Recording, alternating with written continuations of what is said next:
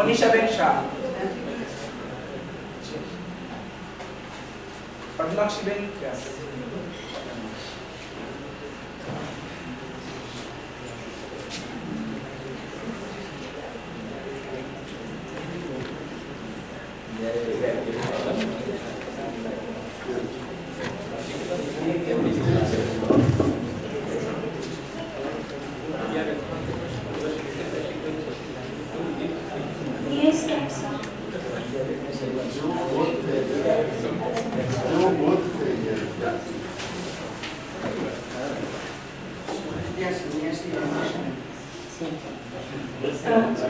honorable scholars and intellectuals on the desk, and all the intellectuals and scholars from Sanskrit literature of the desk. It's a matter of great pleasure for me to share my views about Sanskrit literature as far as Hemchandracharya's Kavyanushashan is concerned. It's also a matter of great even risk for me to allow myself to share my views before the such grand personalities of Sanskrit literature and great audience. But it's my humble attempt to share what I have gone through it in some chapters of Kavyanushashan, what I have digested it from certain chapters. Thank you very much. The title of my research paper is Hemchandracharya's Definition of Poetry in Kavyanushashan. Actually, sir, when I have gone through certain chapters, I wanted to decide to make a comparative study of Aristotle's definition of poetics and Hemchandracharya's definition of poetics in Kavyanushashan, but I have not that much time, so I cannot make it. The very first point is Hemchandracharya, the brightest star in the galaxy of Jain writers or Jain monks. The Kavyanushashan of Hemchandracharya, as we know, that is an outstanding work on Sanskrit Sahitya Shastra, and it is well known to Indians and also to the people, the students and the intellectuals of abroad. So Hemchandracharya is not limited to the scholars or intellectuals of merely Indian people, but it is a worldwide personality as far as Sanskrit poetics, Sanskrit grammar, Sanskrit literature is concerned. Here I would like to quote the view of Professor S.P. Bhattacharya that Hemchandracharya is known to the students of Sanskrit, Prakrit and Apabhransh literature as a writer who utilized to the full his extensive and varied scholarship in whatever department he worked, and recorded what he had thought worth recording for the benefit of posterity. This is the opinion of Professor S.P. Bhattacharya. Moreover, Hemchandracharya's mature work or his fertile works, what we may say, involves works on a variety of significant subjects. It involves the variety of logic, then grammar, lexicography, prosody, poetics, dramaturgy, to philosophy, psychology, as well as some poetical or creative narrative works. So we can see that it is not limited to particular areas, but we can find a variety of works in the literature of the works of the Hemchandracharya. Moreover, we can also see that there are three important works as far as his scientific works are concerned. His poetical, grammatical works are concerned, and that are the Shabdanushashan, the Kavyanushashan, and the third one is the Chandanushashan.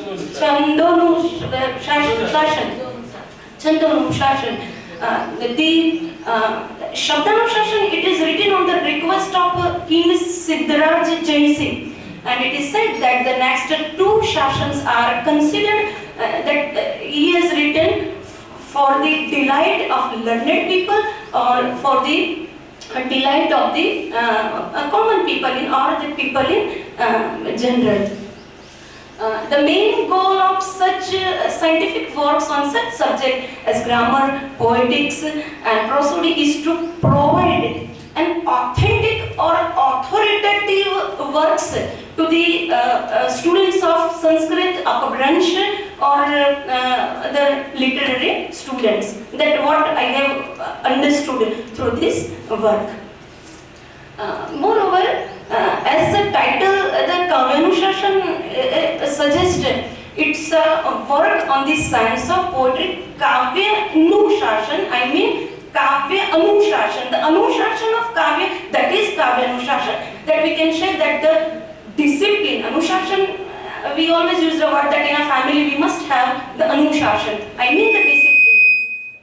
So, the discipline of poetry, it is known as, I think, Kavyanushashan. So in short, we can say that all the rules or regulations or disciplinary sets what we have given in a poetry by Hemchandracharya, it is known as the Kavyanushashan. That is the Anushashan of poetry, as a title deals with this thing.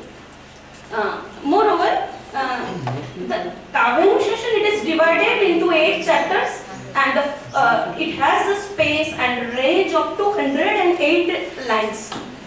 The first 6 chapters deals with the various aspects of poetry. For example, the definition of poetry, the goal of poetry, the purpose of poetry.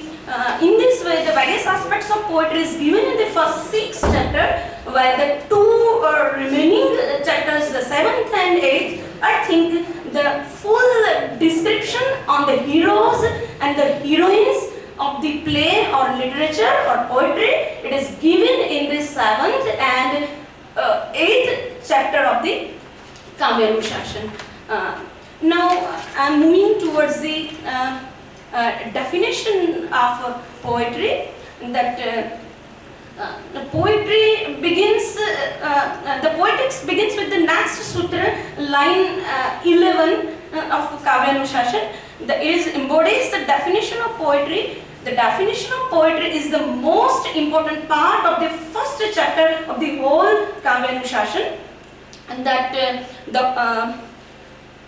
the writer has already explained the aim of poetry in the very first chapter of the Kavyanushashan, and now he thinks to define poetry, and Hemchandracharya defines poetry is a combination of word and sense. So merely word is not important in poetry, or merely sense is not important in poetry. Without sense, there is no use of word.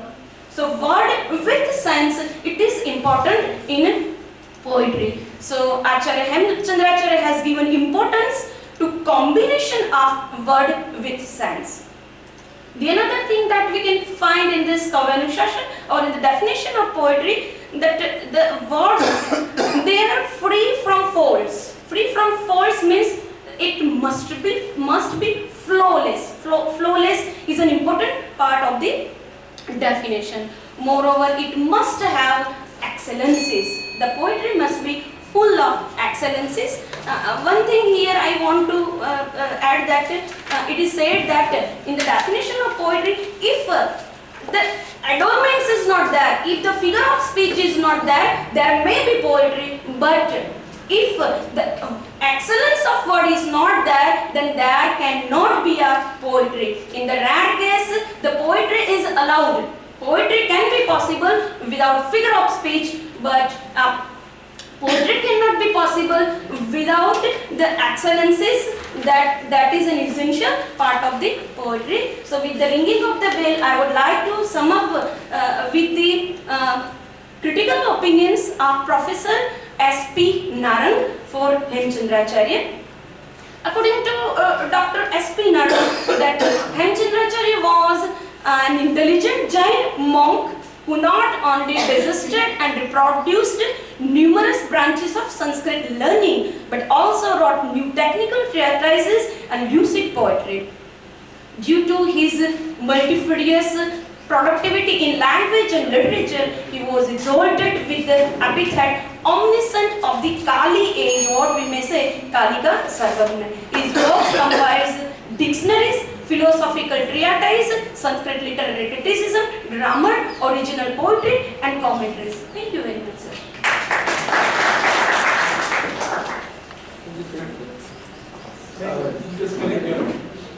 Yes.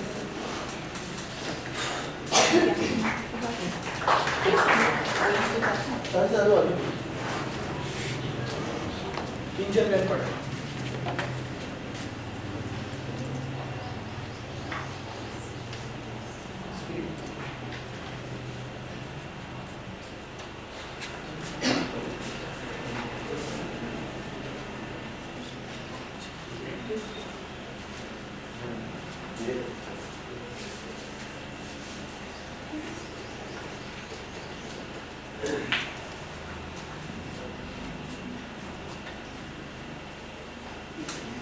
Good morning.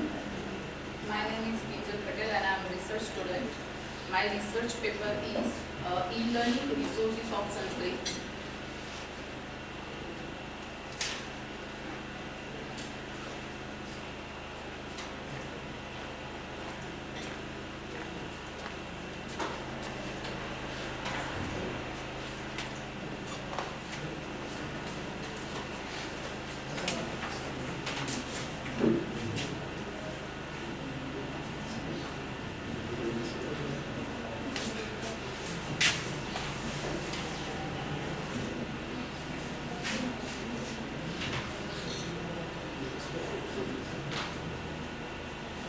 E-learning means to learn with online and internet resources. It aims to explore how to unique qualities of internet facilities and the task of learning and teaching Sanskrit.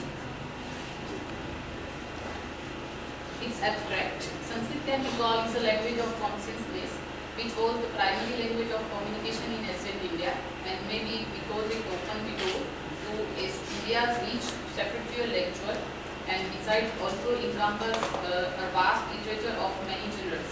So to understand the beauty behind those copious beautiful texts and learning the Sanskrit language is a must.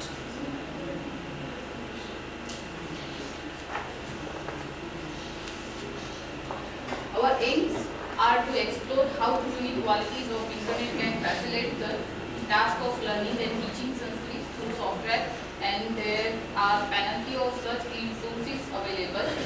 To some extent, most of the sites and incomplete although it owns much to both traditional Sanskrit grammar and classical Western philology. Its keywords: e-learning, internet, software and e-resources. Introduction. It's two types, technical and as usual.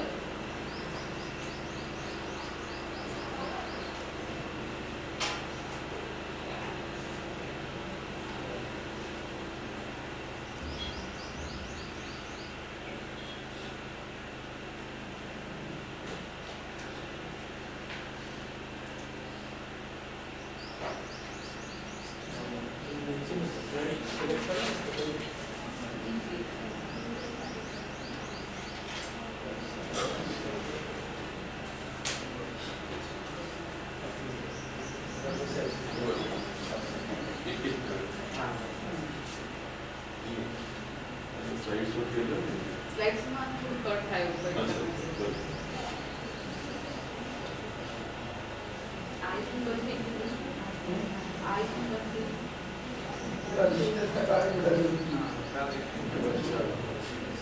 Okay, introduction to technical. It contains how to internal components of the computer with internet facilities can be incorporated with the Sanskrit language using the artificial intelligence. That is creating graphics design inbuilt to parallel logical relation expressed by the syntax and semantics of a natural language to transmit the logical data with the great accuracy and the mathematical consistency.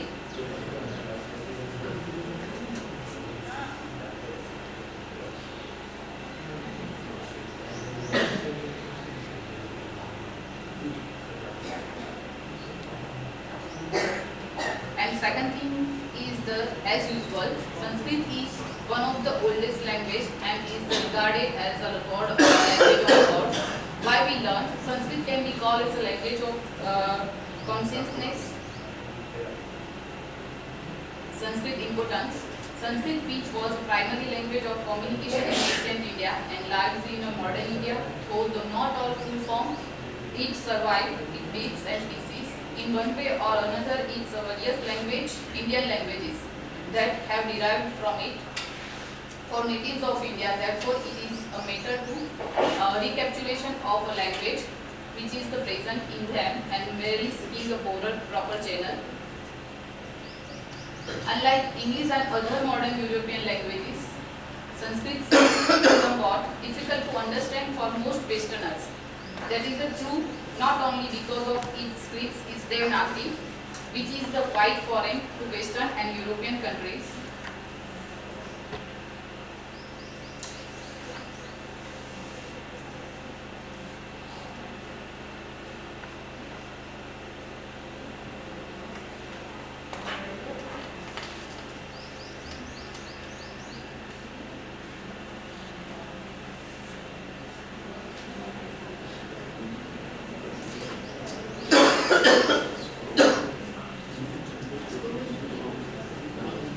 But also because of its grammatically complex structure and highly module forms, which can be more richly inflected even the Greek or Latin, particularly the verbal conjunctions. Sanskrit is the language used for large crowds and Hindus, Buddhists and Jain religion texts.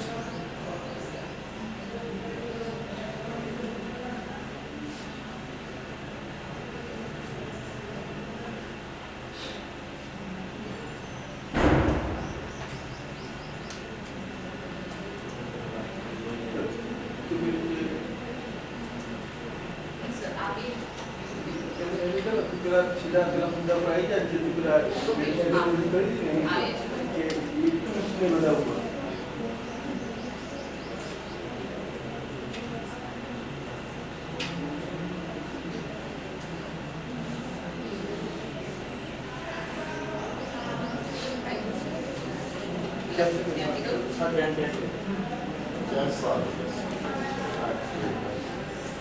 Hewan jual pun.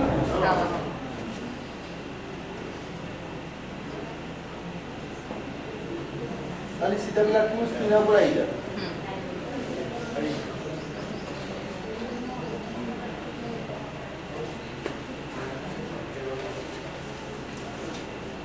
मेरा जो paper है वो मैंने यहाँ पे जो लिखा है कि 5वां है आधुनिक साधनों एवं नई प्रौद्योगिकी की सहायता के संस्कृत शिक्षा प्रदान करने हेतु उपाय सुझाना. There are many modes to learn Sanskrit using computer IT, online and offline. Online in interactive mode and in interactive mode. We can use the audio listening, video listening and seeing, and also text reading. In offline mode, we can use the internet, but the learning using ready-made material in a text, HTML and PDF and also etc. formats. Sanskrit online learning Sanskrit online की थोड़ी websites है जो मैंने यहाँ पे लिखी है. There are followings are the best useful links to learning the Sanskrit online.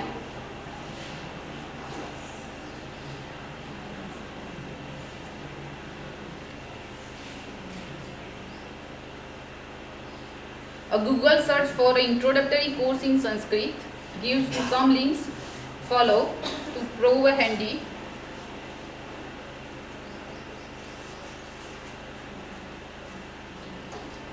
Learn Sanskrit through a self-study interactive online lessons. The information provided in the page of reserve.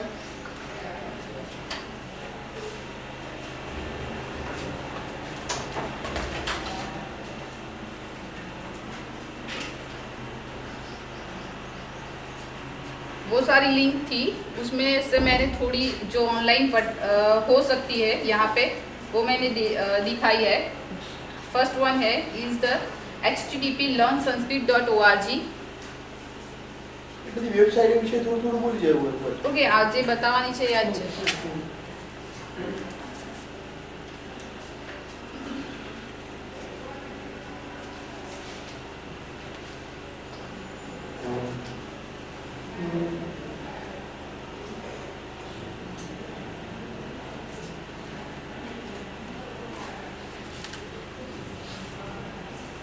ये लर्न संस्कृत ORG है.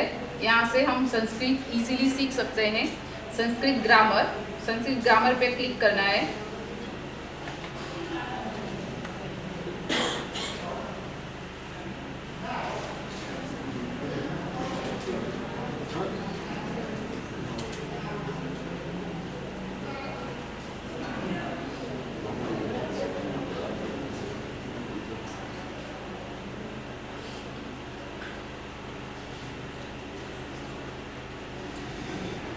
ये बेसिक है, यहाँ से हम basic सीख सकते हैं.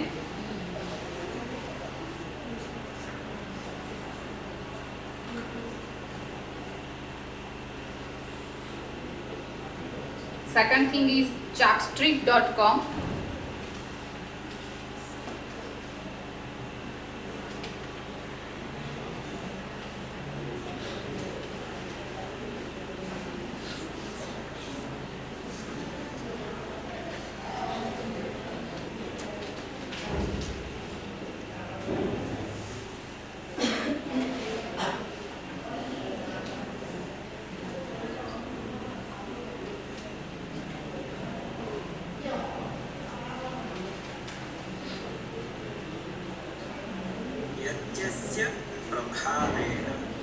Third one is the sanskritlanguage.com. शूराः युद्धे कृपाय जीवितं त्यजन्ति. नरः सुखं धनेन न विन्दति. कृष्णाः अश्वाः क्षेत्रे धावन्ति. नरेश्वरस्य सूतः रथम् आरोहति. शिष्यः आचार्याय दीर्घं पत्रं लिखति. अश्वः पार्थिवस्य रथं नगरस्य मार्गे वहति. बालेन युक्तः शिष्यः वटे सीदति. ब्राह्मणाः कृपाय अन्नेन देवं यजन्ति. कृषि. The first case, or the Prathama Vibhakti, is called nominative. This is when the noun is used in the form of a subject or a doer. For example, this noun is Sita. Ram is a subject. Hence, when translating into Sanskrit, Ram would be the nominative case. The accusative case is used when the noun is used as an object, resilience.